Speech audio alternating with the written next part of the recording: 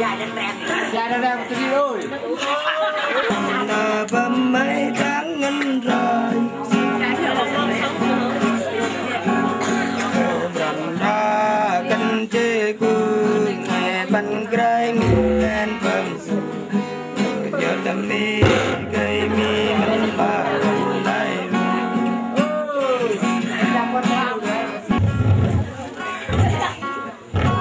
Số lê.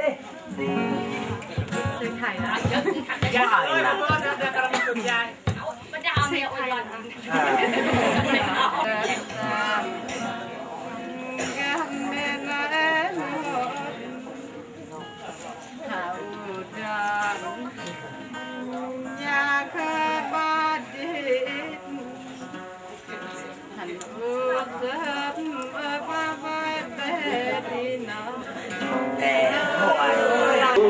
đừng